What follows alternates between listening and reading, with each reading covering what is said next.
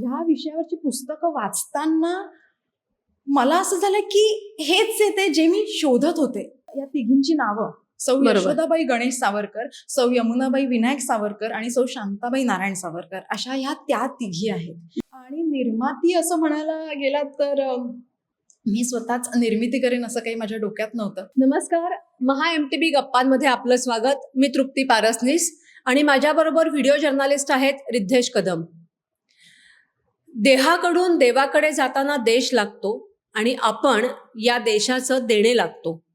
हे उद्गार आहेत स्वातंत्र्यवीर सावरकर यांचे. स्वातंत्र्यवीर सावरकरांना 2 भाऊ होते आणि स्वातंत्र्यवीर सावरकरांचं हे जे कुटुंब होतं, या कुटुंबामधल्या तिघांच्या या बंधुपत्नी ह्याच्यावरती सध्या एक नाटक रंगभूमीवर गाजतंय. नाटकाचं नाव आहे त्या तिघी स्वातंत्र्य यज्ञकुंडातील अज्ञात वीरांगना. हे नाटक लिहिलं आहे अभिनेत्री अपर्णा चौथे यांनी. हे नाटक दिग्दर्शित केलं आहे अभिनेत्री अपर्णा चौथे यांनी आणि या नाटकाची निर्मिती आहे अभिनेत्री अपर्णा चौथे.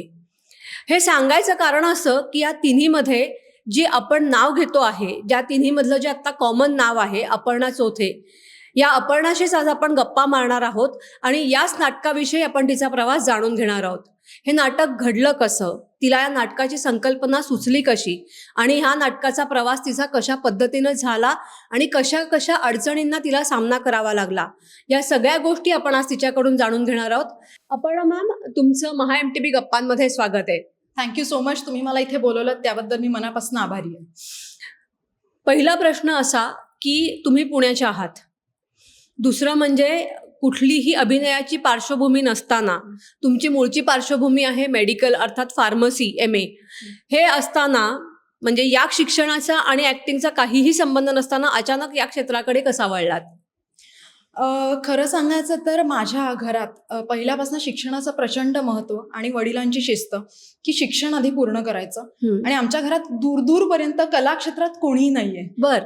पण जसं मी म्हणलं तसं की माझं मास्टर ऑफ फार्मसी झालेलं आहे, म्हणजे B.Pharm, आणि त्यानंतर IITची स्कॉलरशिप होती मला आणि मग मी मास्टर्स कम्प्लीट केलंय मेडिसिनल केमिस्ट्रीमध्ये. दूरपर्यंत कला क्षेत्रात घरात जरी कोणी नसलं तरी पण आपण म्हणतो की लहानपणापासूनच ना एक व्यासपीठ म्हणा किंवा रंगमंच किंवा आपलं गॅदरिंग असतं शाळांमध्ये वगैरे, तिथे नेहमीच माझी एक प्रकारची ओढ असायची. म्हणजे मी 1ली 2रीत किंवा आपण प्राथमिक शिक्षण घेताना मी इतकी शांत होते की माझ्या वर्गात मी आहे हे माझ्या वर्ग शिक्षिकेला रिझल्टच्या दिवशी कळलं. वार्षिक परीक्षा झाल्यानंतर जो रिझल्ट लागतो त्या दिवशी कळलं. इतकी शांत होते.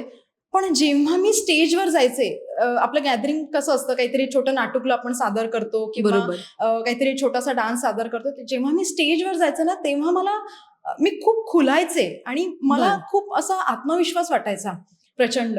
पण ते तेवढा पुरतंच. पण जसं मी मगाशी म्हणाले तसं की माझ्या घरात शिक्षणाला खूप महत्व होतं, त्यामुळे मी मास्टर ऑफ फार्मसी कम्प्लीट केलं आणि त्यानंतर एका कॉर्पोरेट फर्ममध्ये मी फार्मा HR म्हणून देखील नोकरी केली 2-3 वर्ष.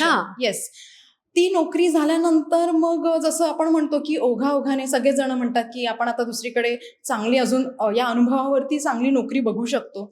म्हणून मी म्हणलं की आपण M.Pharm केलेलंच आहे तर त्या जोडीला आपण एक डिस्टन्स लर्निंग MBA करूयात.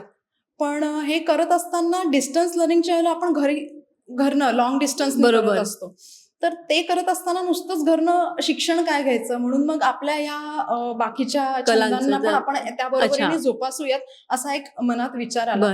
आणि मग मी प्रशांत दामले सरांचं थिएटर स्कूल होतं तेव्हा, तिथे मी ऍडमिशन घेतली आणि 3 महिन्याचा आमचा तो कोर्स होता आणि तिथे मला बेस्ट स्टुडंटचं अवॉर्ड मिळालं. अच्छा. येस.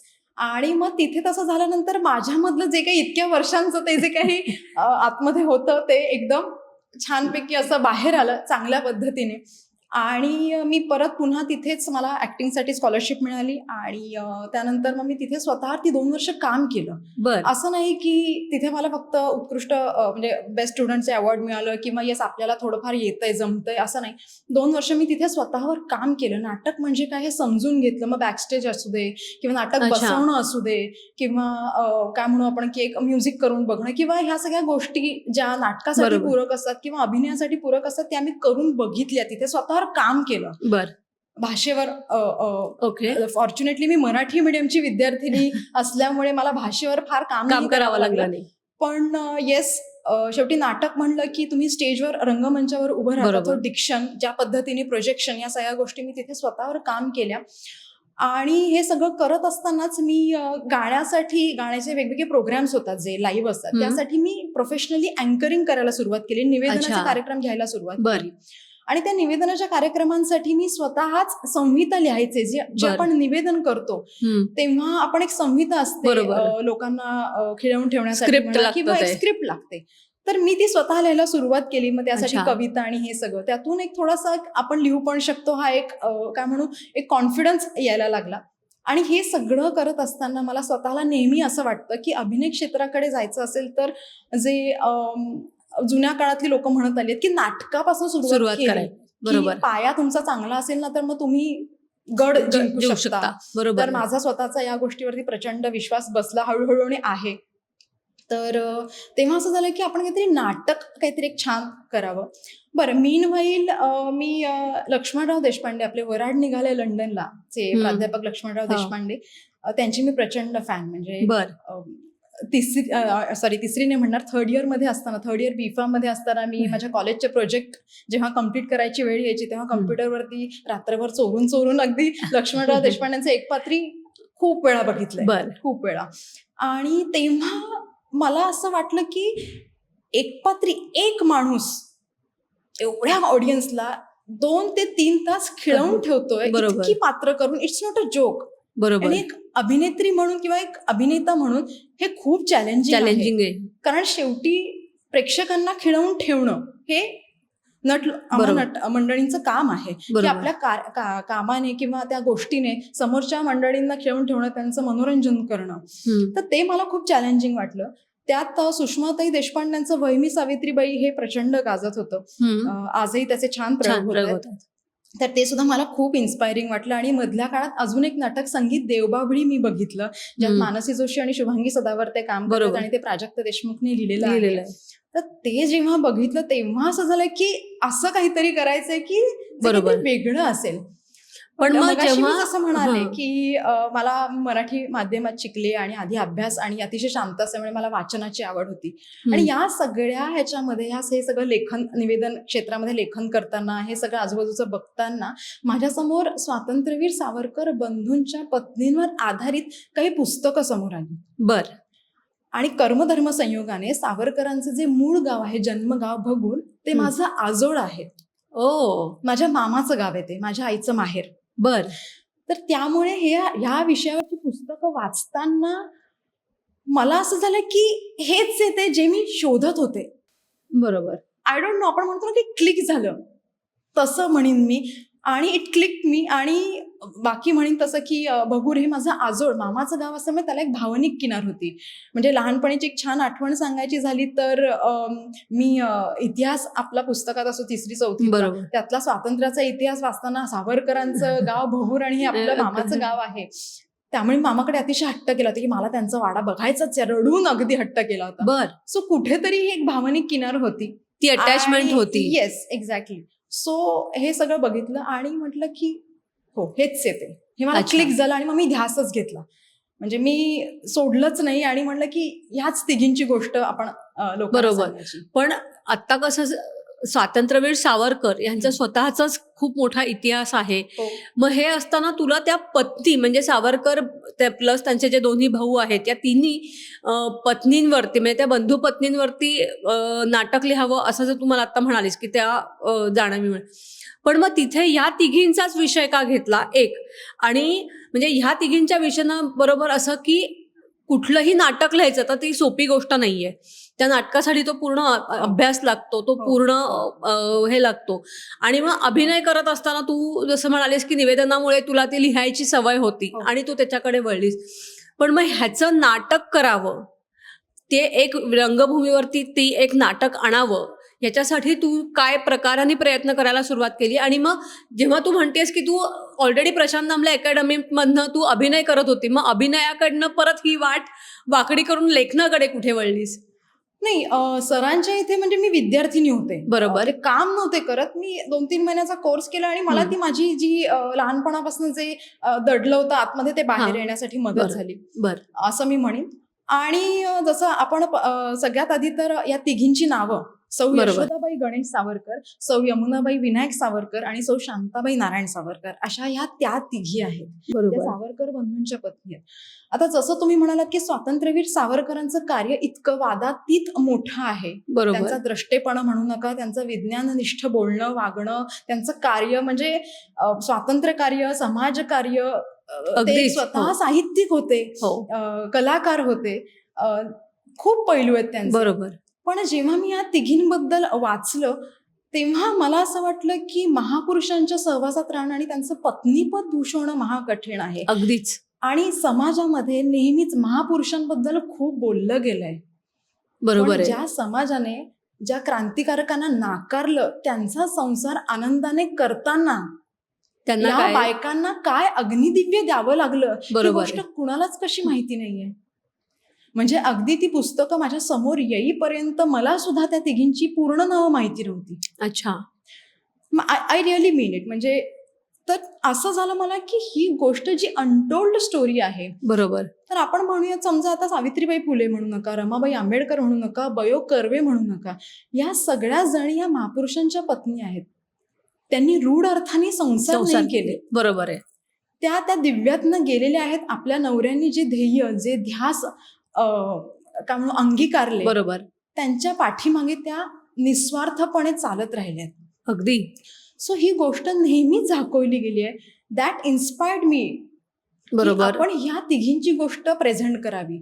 बरं, तुम्ही जसं म्हणालात की ह्या तिघींचीच गोष्ट आता वेगळी का आहे, की तीच का करावीशी वाटली, बरोबर. बाकीच्या बऱ्याच आहेत हां. तशा. तर या तिघींचं वैशिष्ट्य असं की हे तीनही बंधू जसे क्रांतिकार्यात होते तसे ह्या तिघी जणी सुद्धा क्रांतिकार्यात होत्या. अच्छा. आणि आपण नेहमी म्हणतो की नवरा बायको हे एकमेकांसाठी असतातच, पण ह्या तिघी जणी जावा होत्या. तीन जावा, तीन वेगळ्या घरातनं, तीन वेगळ्या संस्कारांमधनं आलेल्या तीन बायका अगदी या खरं आहे. एका ठिकाणी एकत्र राहून एकमेकींना सपोर्ट करतायत. अच्छा. या तिघींनाही अपत्य विरह आहे, पती विरह आहे, यांचे नवरे अंदमानात गेलेले आहेत, जे येणार आहेत की नाही माहिती नाही, अशाश्वत आहे. ज्या काळामध्ये स्त्रिया उमरा ओलांडत नव्हत्या तो हा काळ आहे आणि सगळ्या समाजाने बरोबर. वाळीत टाकलंय. आणि म्हणजे आपण जसं म्हणतो की दोन बायका एका ठिकाणी राहू नाही नांदणं शकत. खूप बरोबर. अवघड असतं. तिथे या तीन जावा एकत्र राहिल्या, त्यांनी एकमेकींना सपोर्ट केलाय. मला असं बरोबर. वाटतं की नेहमी असं वाटतं की this is a real meaning of feminism. बरोबर. की एका स्त्रीने दुसऱ्या स्त्रीला वर आणणं आणि आपल्या बरोबरीने छान पुढे जात राहणं, किंवा बरोबर. एकमेकींना समजून घेणं, हे या तिघींचं वैशिष्ट्य वैशिष्ट्य आहे. आता या तिघींची स्वभाव वैशिष्ट्य पूर्णपणे वेगळी आहेत, कारण ते वेगळ्या घरातून आलेल्या आहेत, वेगळ्या बरोबर. संस्कारांमधून आलेल्या आहेत. पण ह्या तिघींनी एकमेकींना धरून ठेवलंय. ही त्या तिघींची गोष्ट आहे. बरोबर. की नवरे नाहीयेत, नवऱ्यांच्या परोक्ष या तिघींनी एकमेकींना समाजाने अगदी. वाईट टाकल्यानंतर, बरं समाजाने जरी वाईट टाकलं तरी त्यांनी समाजाला आधार दिलेला आहे. सो बरोबर ही आहे. गोष्ट वीरांगनांची आहे आणि त्या कुठेही काय म्हणतो ही कुठेही सांगितली गेली नाहीये. तर मला असं वाटतं की ही तिघींची एकमेकींच्या तोंडून येणारी एकमेकींची गोष्ट आहे, जी बरं. खूप सुंदर आहे आणि बरोबर. प्रचंड वादळं त्यांनी झेललेली आहेत, पण बरोबर. तरी त्याच्यावर पाय ठेवून ते उभे राहिलेत. म्हणून मला ही गोष्ट सांगावीशी वाटली. नेहमी आपल्याकडे असं होतंच की क्रांती पुरुष किंवा वीर पुरुष समोर येतात, पण त्यांच्या मागे असणाऱ्या त्यांच्या पत्नी कधीच समोर येत नाहीत. मग तू या पत्नींचा जो काही अभ्यास केलास त्याच्यावरनं तू नाटक करायचं ठरवलंस. हो. मग तू त्या नाटकाचं लेखन करायला सुरुवात केलीस. हो, मगाशी तुम्ही मला तो लेखनाचाही प्रश्न विचारला हां. की तू अचानक कशी वळलीस हां. लेखनाकडे. कारण जेव्हा मी हा खूप खूप छान प्रश्न आहे खरं तर. कारण जेव्हा मी नाटक करायचं ठरवलं तेव्हा आपण म्हणतो की जसं मी जेव्हा नाटकाच्या छोट्या छोट्या वर्कशॉप्सला आपण जातो, तिथे आपल्याला काही काही टास्क मिळतात, तिथे आपण छोटंसं बरोबर. नाटुकलं लिहितो, सादरीकरण करतो, किंवा ह्या निवेदनाच्या ज्या संहिता मी लिहायला सुरुवात केली तेव्हा मला एक थोडासा आपण लिहू शकतो असा एक आत्मविश्वास हळूहळू अच्छा. यायला लागला होता. मी असं म्हणणार नाही अगदी की कॉन्फिडन्स नाही म्हणणार, एक हो बरं जमते, लोक मी करू शकते. येस एक्झॅक्टली असं. आणि हे नाटक जेव्हा करायचं माझ्या डोक्याने घेतलं तेव्हा माझा हा पहिल्यापासून अगदी 0 मिनिटापासून हा अट्टास होता की ह्या तिघी या वीरांगनांची शौर्यगाथाच वाटली पाहिजे. अच्छा. कुठल्याही क्षणी ती सहानुभूती वाटता कामा नये. कारण या तिघींच्याही आयुष्यात खूप म्हणलं तसं की वादळ आली, दाम्पत्य विरह आहेत, पती विरह आहेत आणि प्रचंड त्या काय म्हणतो दुःखातनं गेलेले आहेत. पण हे सादरीकरण करताना कुठे ही फक्त त्यांची गोष्ट मी सांगती असं वाटलं पाहिजे, शौर्यगाथा सांगती असं वाटलं अच्छा. पाहिजे, कुठेही त्यांना सहानुभूतीची मला किनार नको होती. आणि तिघींची गोष्ट, आता हे इतिहासातली ही तिघीही म्हणजे खरी पात्र आहेत, असं नाही की कल्पनेतनं आलेली आहेत. बरोबर. आणि इतिहास हा समाजाला सांगताना तो कुठेही चुकीच्या पद्धतीने तिनं गेला किंवा नाही पाहिजे. काहीतरी आपण आपल्याला सादर करायचंय म्हणून काहीतरी कुठले तरी प्रसंग जमवून आणून ते कसं छान वाटेल असं न करता इतिहास सांगण्याची एक वेगळी जबाबदारी असते. त्यामुळे ते कुठल्याही पद्धतीने आपल्याला नाटकी किंवा मेलोड्रॅमॅटिक वाटलं वाटलं याची नाही पाहिजे. काळजी घ्यायची होती मला.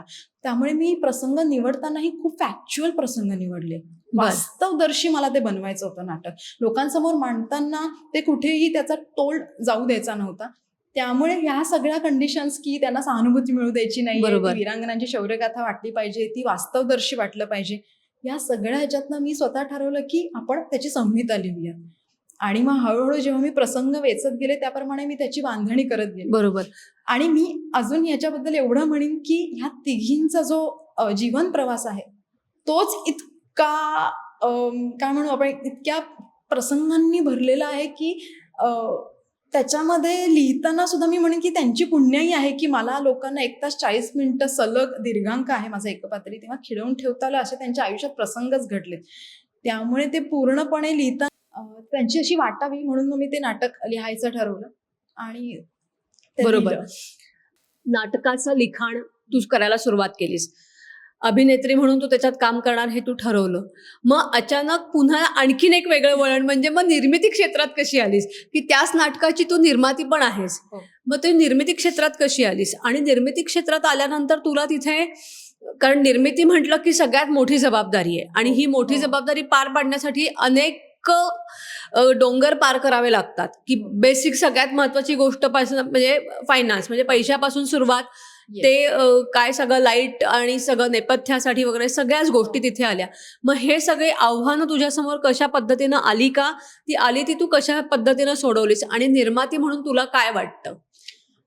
जसं मी याचं लेखन केलं आणि सादरीकरण करण्याचा निर्णय घेतला, त्याचं दिग्दर्शनही केलं. कारण संहिता लिहिता लिहिता ऑलमोस्ट 8 महिने मी याची संहिता लिहित होते, अभ्यास करून पूर्णपणे. हो. अच्छा. मी जसं म्हणलं तसं पुन्हा एकदा सांगेन की इतिहास मांडतोय आपण समाजासमोर आणि त्यात स्त्रियांचा इतिहास मांडतोय, सो ती एक वेगळी जबाबदारी आहे. आणि 8 महिने मी याची संहिता लिहित होते पूर्णपणे अभ्यास करून. तर ती लिहिताना पण मी इतक्या वेळेला ती लिहिली खोडली, त्यामुळे अक्षरशः ते नाटक डोळ्यासमोर तरळूच लागलं. त्यामुळे कुठे काय आपण नेपथ्य ठेवू शकतो, काय या तिघींच्या एक स्त्रियांचं भावविश्व असतं, बरोबर. देवघर म्हणा त्या काळात, कारण 1910 वगैरे तो काळ आहे, म्हणजे 1896 1910 बरोबर असा तो काळ आहे. तर त्यामुळे त्या काळातल्या स्त्रिया, त्यांचं ते भावविश्व, माझं घर बरोबर. म्हणू नका किंवा देवघर म्हणू नका, ह्या सगळ्या दृष्टिकोनातून मला ते दिसायला लागलं. आणि मग दिग्दर्शन त्यामुळे थोडंसं मला सोपं झालं, कारण ते दिसायलाच लागलं proper. बरोबर. आणि निर्माती असं म्हणायला गेलात तर मी स्वतःच निर्मिती करेन असं काही माझ्या डोक्यात नव्हतं. आणि ऑफकोर्स तुम्ही म्हणालात तसं की फायनान्स ही खूप मोठी गोष्ट असते, म्हणजे अगदी. त्याचं सोंग नाही घेता येत आपल्याला. तर आधी जसं मी कॉर्पोरेट याच्यामध्ये काम करत होते, तर तेव्हा मी काही थोडेसे माझे सेव्हिंग्ज होते, पैसे साठवले होते. आणि ह्या नाटकाबद्दलची माझी जी धडपड आणि जे काही सुरू होतं, कारण जसं म्हणलं तसं मी 9 महिने अक्षरशः ध्यास घेतला होता, म्हणजे नाटक बाहेर यायला मला 9 महिने लागले, जसं काही माझं एखादं बाळच असावं. तर माझे वडील बघत होते की काय करते आणि कसं चाललंय. देन फायनली ते मला म्हणाले की मी तुला थोडीशी जी काही उरलं सुरलं आहे तुझे सेव्हिंग्ज आणि मी तुला थोडीशी मदत करतो. पण माझं स्वतःचं असं एक होतं की मी बाबांना म्हणाले की I will definitely return you back the capital amount, आणि तरच मी ते घेईन. तर माझे बाबा म्हणाले तू वडिलांकडनंच लोन घेतलं. Yes, exactly. कारण मला असं वाटतं की ज्यांची मी गोष्ट सांगते त्या अतिशय स्वाभिमानी बायका आहेत. बरोबर. आणि वडील हे आई वडील हे मुलींच्या पाठीशी कायम उभे असतातच. पण आपण म्हणतो की ज्यांचं नाटक आपण करतोय आणि जी गोष्ट समाजाला सांगण्याचा प्रयत्न करतोय ते जर आपणच नाही अंगीकारलं तर I have no right to tell that story to people. Exactly. So माझ्या वडिलांनी ते मान्य केलं आणि मी म्हणलं मला जमेल तसं, झेपेल तसं, जसे जसे माझ्याकडे येतील तसे मी तुम्हाला पण मग ते परत दिले का? येस, अजून थोडे बाकी आहेत, पण नक्कीच. येस, बरेचसे देऊन झालेत. बर. पण असं करता करता निर्मिती म्हणून मी यात पडले आणि अभिव्यक्त पुणे प्रस्तुत त्या तिघी स्वातंत्र्यकुंडातील बर. अज्ञात वीरांगना ह्या नाटकाचा 23 मार्च 2019 ला सुदर्शन रंगमंच पुणे इथे पहिला प्रयोग झाला. बरं, आणि हे नाटक होता होता इतके छान योगायोगही जमून आले की 23 मार्च हा हुतात्मा दिन आहे आणि बरोबर. त्या दिवशीच नाटक सुरू करायचं असं काही ठरलेलं नव्हतं. पण ते दैवदय दैव- म्हणू आपण की बरोबर. 23 मार्चला सुरू झालं. आणि निर्माती म्हणून सुद्धा जेव्हा मी पहिला प्रयोग केला तेव्हा पहिलाच प्रयोग ऑफकोर्स नाटकाला जेव्हा सुरुवात करतो तेव्हा आजही आपल्या पोटात गोळा येतोच एक बरोबर. अभिनेत्री म्हणून आजही आपल्या पोटात गोळा येतो. तर पहिल्यांदा एंट्री घेताना तर तसं झालंच, कारण दीर्घांक आहे 1 तास 40 मिनिटं, बरोबर. न थांबता बोलायचंय, पाठांतर आणि त्या तिघींची वेगवेगळी व्यक्तिमत्व. बरं, ते करताना कुठेही त्यांच्या डिग्निटीला आपल्या कलेपायी किंवा आपल्या अभिनयापायी धक्का लागला धक्का नाही. लागता कामा नये, एक मोठी जबाबदारी आहे. तर हे सगळं करत असताना पहिला प्रयोग छान सादर झाला, लोकांनी कौतुक केलं आणि लोकांना छान वाटलं ते, की लोकांना ती गोष्ट पोहोचली. बरोबर. पण पहिला प्रयोग झाला आणि मग माझ्या लक्षात आलं की अरे आपण निर्माते पण झालो आहोत. म्हणजे फायनान्सचं हे सगळं चालू असताना त्या वेळात त्या ध्यासामध्ये मी नाटक सुरू केलं, पण नंतर निर्माती म्हणून जी व्यवधानं असतात की पुढे प्रयोग नेणं, एक प्रयोग झाला, दुसरा बरोबर. प्रयोग झाला, मग काय म्हणतो आपल्या हाताखालची टीम असते बरोबर. किंवा नाटकाच्या नेपथ्यातलं काही सामान म्हणा किंवा तालमी म्हणा किंवा ह्या सगळ्या गोष्टी हळूहळू हळूहळू माझ्या समोर येत गेल्या आणि मग त्यातनं मी शिकत गेले. आणि बरोबर. आजही मी निर्माती म्हणून शिकते, आजही मी अभिनेत्री म्हणून शिकते. रोज केलेल्या प्रयोगांमध्ये मला छोट्या छोट्या जागा बरोबर. सापडतात. आजही त्या तिघी काहीतरी छान मला खुणावून जातात एकदम. बरोबर. आणि त्यामुळे हा प्रवास सुरूच आहे आणि सुरू राहील. मग या 3 व्यक्तिरेखा जेव्हा तू साकारती आहे, सावरकर बंधूंच्या 3ही पत्नी, हो. तर त्या तिघांमधली तुझी आवडती व्यक्तिरेखा कुठली आहे आणि त्यातलं मला एक थोडंसं हे करून दाखवलं असं मला आवडेल. तृप्ती, खरं तर हा प्रश्न खूप अवघड आहे. बरोबर. कारण हे असं विचारल्यासारखं झालं की आईला विचारण्यासारखं आहे की तुझ्या 3 मुलांपैकी तुला कोण प्रिय आहे. पण जेव्हापासून मी त्या तिघींबद्दलचं साहित्य वाचलं तेव्हापासून आजपर्यंत येसू वहिनींकडे मी का माहिती नाही फार ओढली जाते. बरं. त्या मला खूप खुणावतात आणि येसू वहिनींचं पात्र मला हे खूप जवळचं वाटतं. म्हणजे मला त्यातल्या 2 लाईन्स म्हणजे त्यांच्या तोंडातल्या ज्या काही त्यांचे उद्गार की जे तुझ्या मनाला भावलेले आहेत ते मला ऐकायला आवडतील. उद्गार असं मी म्हणणार नाही, पण मी असं सांगेन की त्यांनी स्वतःचं म्हणजे या तिघींचं एक वेगळेपण मला नेहमीच जाणवतं की त्या तिघींनी स्व बाजूला ठेवून स्वच्या पुढे त्यांचा प्रवास आहे. अच्छा. स्वतःला बाजूला ठेवून त्यांनी त्यांच्या नवऱ्यांनी जे काही त्यांच्या यजमानांनी जी काही ध्यास, जे काही स्वातंत्र्य लढ्यासाठी स्वतःला झोकून दिलं ते त्यांनी मान्य करून स्वच्या पुढे जाऊन त्या तिघांना साथ अच्छा. दिली आहे. आणि म्हणजे मी मगाशी म्हणले तसं की ज्या क्रांतिकारकांना समाजाने नाकारलं त्या क्रांतिकारकांचे संसार त्यांनी तिघींनी आनंदाने केलेत आणि हे करत असताना सुद्धा त्या तिघींनी स्वतःचं स्त्रीत्व आणि अस्तित्व जपलंय. अच्छा. कारण आत्मनिष्ठ युवती संघ त्यांनी स्थापन केला होता. म्हणजे ज्या काळात आपण म्हणू की स्त्रिया बाहेर पडत नव्हत्या, उमरा ओलांडत नव्हत्या, त्या काळात त्यांनी स्त्री संघटन केलेलं आहे. अच्छा. हो, म्हणजे ह्या पद्धतीने त्यांनी क्रांतिकार्य केलेलं आहे. तर मला असं वाटतं की म्हणजे येसूवहिनी ह्या करारी म्हणजे धाकट्या 2 दिरांना, तात्यांना बॅरिस्टर करणं किंवा नारायणराव सुद्धा डॉक्टर होते, दंत विशारद होते आणि होमिओपॅथीमध्ये सुद्धा त्यांनी मास्टर्स केलं होतं. सो या दोन्ही दिरांना शिकवण्यासाठी म्हणजे येसूवहिनींनी आणि बाबारावांनी अतोनात कष्ट केले. म्हणजे येसूवहिनी होत्या म्हणून हे 2 दीर शिकू शकले आणि त्या त्यांच्या येसूवहिनींच्या 2ही मुली गेलेल्या आहेत. आणि जर तात्यारावांसारखा क्रांतीसूर्य म्हणू शकतो की तू धैर्याची अससी मूर्ती, माझे वहिनी माझे स्फूर्ती. अच्छा. स्वातंत्र्यवीर सावरकरांसारख्या क्रांतीसूर्याला जी स्त्री स्फूर्ती देवता वाटू शकते ती कशी असेल. बरोबर. सो येसू वहिनींनी सगळ्यांना धरून ठेवलं होतं. त्या तितक्या सोशिक पण तरीही धीरोदात्त होत्या. बर. त्यामुळे मला असं वाटतं की येसू वहिनींचं जे पात्र आहे ते मला नेहमीच खूप खेचतं. आता त्यांच्या ओळी आता तुम्ही म्हणालात तसं सांगायचं झालं तर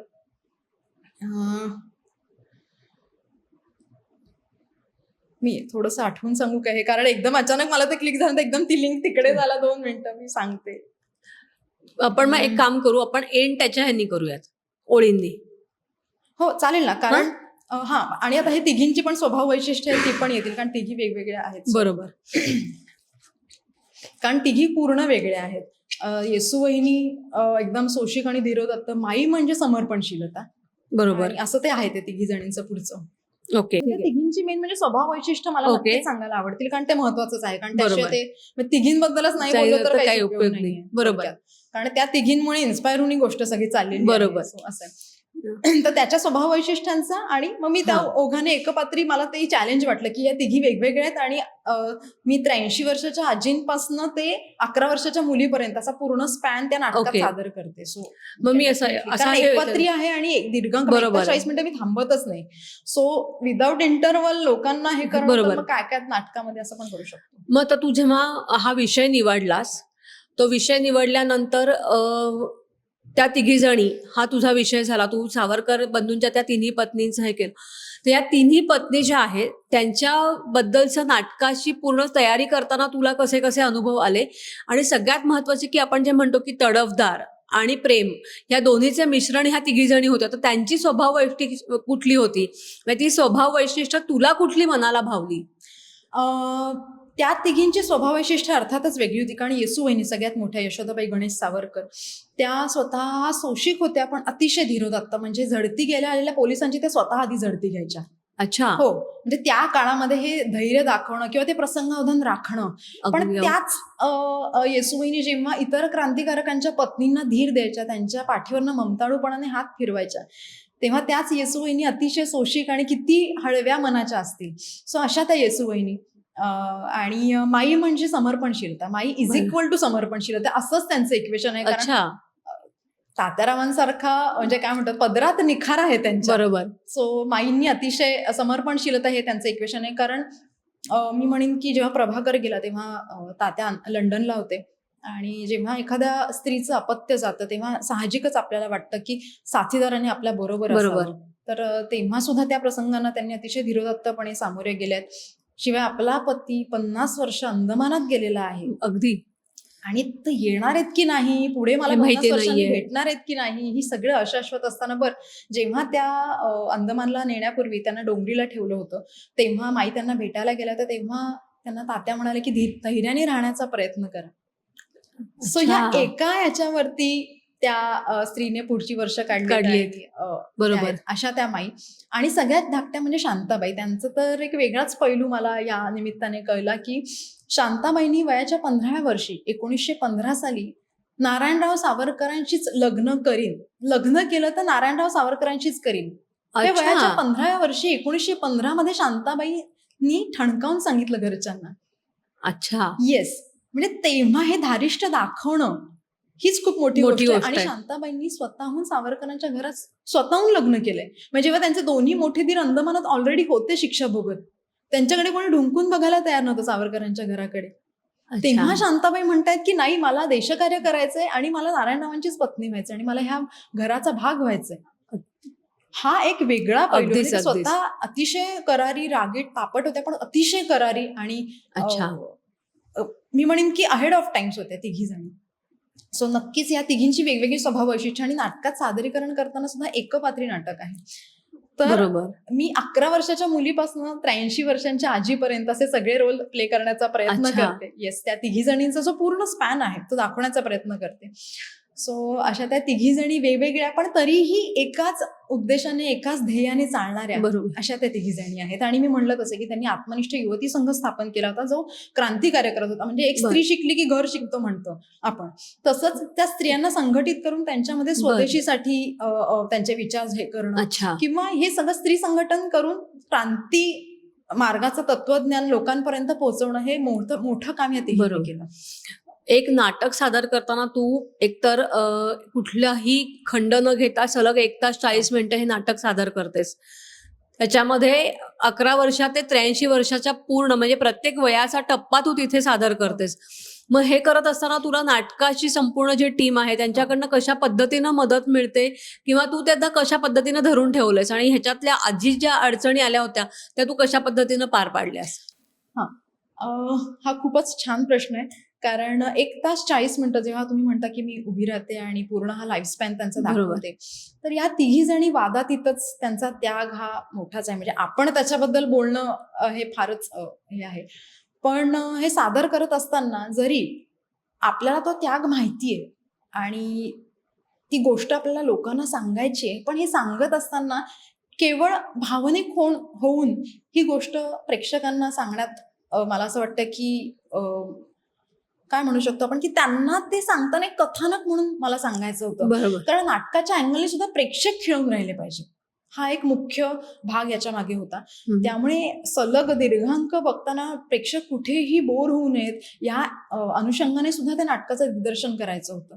की कुठेही ती शौर्यकथा सांगताना एकही तसूबरही कोणाला असं वाटता कामा नये बरोबर. की काय चाललंय किंवा आपण म्हणू की तर ते करत असताना तर आम्ही कॉस्ट्युम्स मधनं छोटे छोटे ॲस्थेटिक मेकअप्स मधनं काही काही चेंजेस केले आहेत आणि काही काही व्हॉइस ओव्हर्स वापरले आहेत आणि माझी टीम जसं तुम्ही म्हणालात तसं म्युझिक म्हणा किंवा लाईट्स म्हणा या सगळ्यांनी मला अतिशय समर्पक साथ दिली आहे. माझी टीम आणि त्यांचा पाठिंबा मला कायम असतो. कारण बरोबर. नाटक एकपात्री असलं तरी हे Teamwork टीमवर्क आहे. आहे. नाटक पुढे न्यायचं असेल बरोबर. तर टीमवर्कनीच पुढे जावं लागतं. रादर कुठलंही काम आपण म्हणूयात. बरोबर. तर माझ्या नाटकाची टीम अतिशय चांगली आहे आणि म्युझिक म्हणू नका, लाईट्स म्हणू नका, अतिशय छान आहेत आणि त्यामुळे ते नाटक मला पुढे नेण्यासाठी खूपच बरोबर. उपयोग होतो.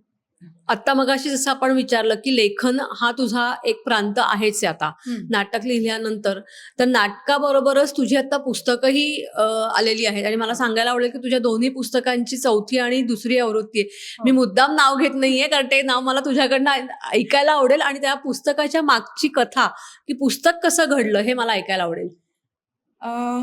पहिलं जे आहे ते येसू वहिनींवरचं पुस्तक आहे. साधार चरित्र आहे. तू धैर्याची अससी मूर्ती. जसं मी मगाशी म्हणाले की एक सांत्वन पत्र जे तात्यांनी येसू वहिनींना लिहिलं होतं, बरं. तर त्यात त्यांनी म्हणलं होतं की तू धैर्याची अससी मूर्ती, माझे वहिनी माझे स्फूर्ती. अच्छा. सो तात्यांनी जर येसू वहिनींचं हे वर्णन केलंय तर मला असं वाटतं की तू धैर्याची अससी मूर्ती जी धैर्यशाली होतीच, बरोबर. हेच नाव त्याच्यासाठी समर्पक अगदी. वाटतं. आणि साधार चरित्र लिहिलं मी येसू वहिनींवरचं. कारण हे नाटक करत असताना 2019 मी म्हणलं तसं 23 मार्च 2019ला आमचा पहिला प्रयोग झाला. बरोबर. आणि त्यानंतर एका वर्षात 18 प्रयोग झाले. बरोबर. आणि कोरोना आला. कोरोनामुळे आम्हा सगळ्या कलाकारांचं गाडं थांबलं. पण या क्षेत्रामध्ये नवीन नवोदित अभिनेत्री म्हणून पाय टाकत होते तेव्हा असं वाटतं की आपण काहीतरी अजून छान काहीतरी केलं पाहिजे. जेव्हा माझ्याकडे या नाटकासाठी अभ्यास करत असताना खूप साहित्य उपलब्ध होतं, तर त्या साहित्याचा म्हटलं पुन्हा एकदा जरा काय कोरोना होता त्याच्यामुळे जितकं परत आपण प्रत्येकाला जमेल त्या पद्धतीने स्वतः एंगेज आणण्याचा प्रयत्न बरोबर करत आहे. होतो. जेव्हा ते वाचलं तेव्हा माझ्या लक्षात आलं की माईंवरती म्हणजे तात्यांच्या पत्नींवरती ओघाने काही पुस्तकं आहेत आणि शांताबाईंवरती हरिदिनी हे कमलताई काळ्यांनी लिहिलेलं पुस्तक ऑलरेडी आहे. असं लक्षात आलं की येसू वहिनींनी सगळ्यात मोठा कार्यभाग साधूनही त्यांच्यावर एकसंध असं पुस्तकच नाहीये. अच्छा. हा. आणि एका पॉडकास्टच्या दरम्यान मला काही मान्यवरांकडनं येसू वहिनींनी लिहिलेली एक 36 पानी डायरी ही माझ्या निदर्शनास आली. म्हणजे मी बरं. नाटक करायला सुरुवात केली आणि तरी येसू वहिनींच्या हस्ताक्षरातली डायरी मला 36 पानी एकदम निदर्शनास आली. तर म्हणलं की ही डायरी जेव्हा तात्यांबद्दल फोटो ठेवणं निषिद्ध होतं तेव्हा येसू वहिनींनी धाडसाने ही डायरी त्यांच्या बालपणीच्या आठवणी लिहून ठेवल्यात. बरं, येसू वहिनींचं लग्न झालं तेव्हा त्यांना लिहिता वाचता येत नव्हतं, तेव्हा तात्यांनी त्यांना लिहायला शिकवलं. अच्छा. आणि it's a completion of circle म्हणतो तसं की तात्या जेव्हा अंदमानात होते तेव्हा तात्यांच्या बालपणीच्या आठवणी येसू वहिनींनी लिहून ठेवल्या. ओके. त्यांच्या त्यांच्या हस्ताक्षरात. आणि त्या गेल्यानंतर सुद्धा त्यांच्या सहकाऱ्यांनी ही डायरी जपून ठेवली. अच्छा. सो मला असं वाटलं की ह्या धाडसाला ह्याला कुठेतरी न्याय मिळाला पाहिजे, हे सर्वांसमोर आलं पाहिजे. आणि येसू बरोबर. वहिनींबद्दल एकसंध पुस्तकच नव्हतं, त्यांच्या आयुष्यातले प्रसंग हे असे खूप ठिकाणी विखुरलेले होते. त्यामुळे मला असं वाटलं की येसू वहिनींवर एक एकसंध पुस्तक यायला हवं आणि that inspired me to write a book.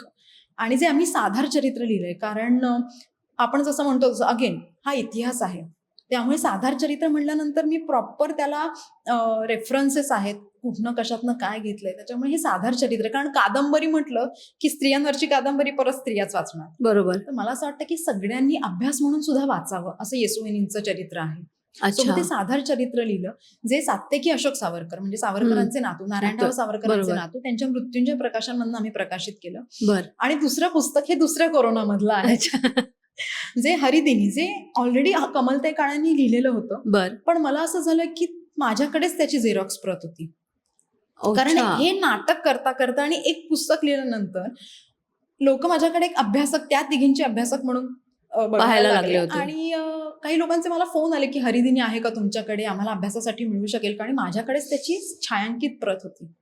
मग मलाच कुठेतरी वैषम्य वाटलं की माझ्याकडेच छायांकित प्रत आहे. आणि खरं तर त्या तिघींचंही कार्य इतकं आहे की आजच्या तरुणांना आणि आजच्या लोकांपर्यंत ते पोहोचलं पाहिजे. बरोबर आहे. त्यामुळे that inspired me to write again a book.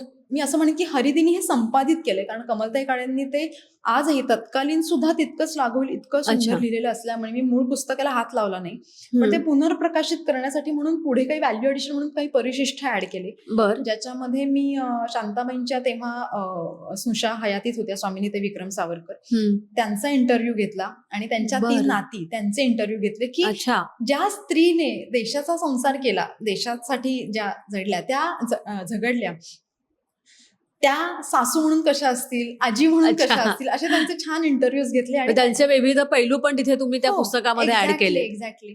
आणि त्यांच्या नारायणराव आणि शांताबाईंची संलग्न काही रेड फोटोग्राफ्स त्याच्यात टाकले आणि असं ते दुसरं पुस्तक संपादित केलं हरिदिनी. अच्छा. सो तू धैर्याची असं मूर्तीचं आता 4थी आवृत्ती आणि हरिदिनीची आता 2री आवृत्ती मृत्युंजय प्रकाशन मधूनच. आता या विजयादशमीला आपण तो मुहूर्त साधून याची 2ही आवृत्ती आपण पुन्हा प्रकाशित करताय. तू लेखिका आहेस, म्हणजे दिग्दर्शिका, निर्माती, अशा तिन्ही म्हणजे तिन्ही भूमिका तुम्ही पार पाडता. पण ह्याच्या व्यतिरिक्त जी मूळ भूमिका आहे ती म्हणजे अभिनेत्री. तो अभिनेत्रीचा हा प्रवास जो सुरू आहे, त्या प्रवासामध्ये अनेक पुरस्कार तुम्हाला मिळालेत.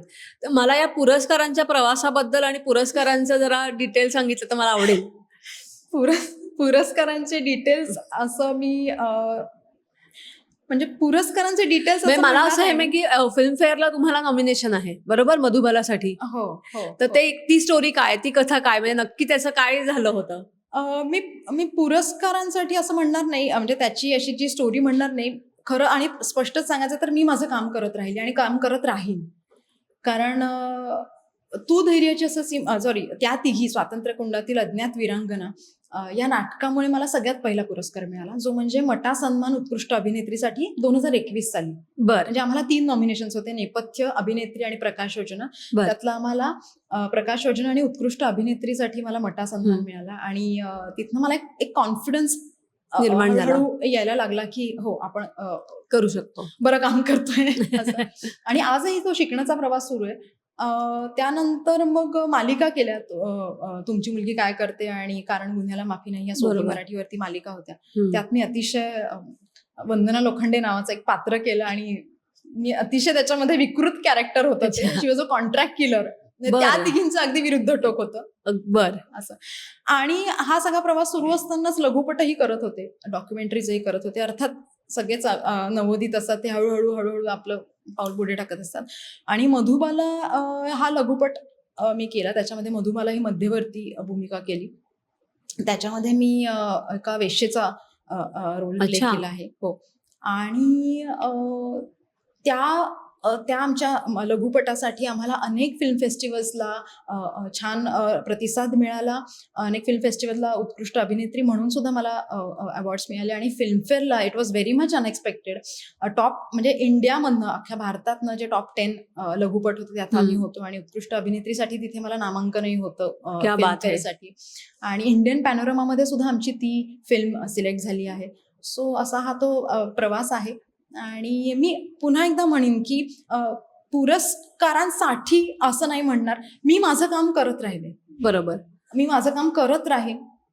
लोकांना आवडतंय आणि छान वाटतंय. आणि see, your intention is everything. आणि तुमचं काम तुम्ही इमानदारीने आणि मनापासून करा, तुम्हाला कुठेतरी ऍक्सेप्ट होतच. बरोबर आहे, छान काम करत राहा. येस. अपर्णा मॅम, तुम्ही मला एक तर ज्या गोष्टी लोकांना माहिती नाहीयेत, म्हणजे स्वातंत्र्य यज्ञकुंडातील त्या ज्या वीरांगना आहेत, जसं तुम्ही म्हणालात की लोकांना सावरकर बंधू माहिती आहेत, पण त्या बंधूंना सपोर्ट करणारं, जसं आपण म्हणतो की एक बिहाइंड द कर्टन असतं, तसं या तिघी जणी ज्या बिहाइंड द कर्टन होत्या, पडद्या मागच्या तिघी जणी ज्यांनी सावरकर बंधूंच्या प्रेरणेने पुढचं आयुष्य काढलेलं आहे, त्या तिघींचा पूर्ण प्रवास तुम्ही पडद्यावर मांडता आहात. आणि तुम्ही या नाटकाचे प्रयोग करतात. लवकरात लवकर या नाटकाचे 100 प्रयोग व्हावेत ही इच्छा मी तुम्हाला इकडे व्यक्त करतो. म्हणजे मला सांगायला खूप छान वाटतं की आतापर्यंत या नाटकाचे 44 प्रयोग झालेत आणि आता 50 कडे वाटचाल सुरू बरोबर आहे. सो पण आम्ही 50 कडे न म्हणता हो, तुमचा हा अगदीच. प्रयोग 100 कडे जावा 100%. ह्या शुभेच्छा देतो. आणि महा MTV गप्पांमध्ये तुम्ही आलात आणि तुमचा वेळ दिलात आणि आम्हाला माहीत नसलेल्या 3 मूर्ती आमच्या समोर साकारल्या, यासाठी मी तुमचे मनापासून आभार मानते. धन्यवाद. मी महा MTVचे मनापासून आभार मानते की नवरात्रीच्या नवदुर्गांमध्ये मला तुम्ही सामावून घेतलं आणि महा MTV म्हणजे मुंबई तरुण भारत हे माझ्यासाठी एक माहेर आहे हे मला नक्की सांगायला आवडेल. कारण जेव्हा जेव्हा ह्या विषयाच्या नाटकासंदर्भात बरोबर. मला जेव्हा जेव्हा काहीही मदत लागली आहे तेव्हा मुंबई तरुण भारतनी मला नेहमीच आधार आणि हात दिलेला आहे. त्यामुळे महा MTV माझ्यासाठी माहेर आहे. त्यामुळे मी खूप कृतज्ञ आहे की तुम्ही मला इथे बोलवलंत आणि नवरात्रींच्या नवदुर्गांमध्ये मला सामावून बरोबर. घेतलं. त्याबद्दल एक वेगळीच कृतज्ञता आहे. मनपूर्वक धन्यवाद. माझे वडील आणि भाऊजी स्वतः यांना पोहोचवायला पुण्यापर्यंत गेले. यांच्या सहवासातील मोजक्या क्षणांच्या आठवणींमध्ये मी रमत होते. येसूवहिनीच्या हाताखाली सावरकरांच्या घरातील रीतीभाती शिकून घेत होते. येसूवहिनींना तेव्हा मातृत्वाचे डोहाळे लागले होते. त्या तिघी स्वातंत्र्य यज्ञकुंडातील अज्ञात विरांगना म्हणजेच सावरकर बंधूंच्या तिन्ही पत्नी. त्यांचा संपूर्ण प्रवास आपण ऐकला आणि अशाच विविध विषयांवरती आम्ही अनेक पॉडकास्ट करत असतो. तुम्हाला आमचा हा पॉडकास्ट कसा वाटला हे आम्हाला कमेंटमधनं नक्की कळवा. आणि त्याचबरोबर कोणत्या कोणत्या विषयावरचे पॉडकास्ट तुम्हाला ऐकायला आवडतील हेही आम्हाला कमेंट्समधनं कळवा. त्यासाठी महा MTVला लाईक करा, शेअर करा आणि सबस्क्राईब करा. धन्यवाद.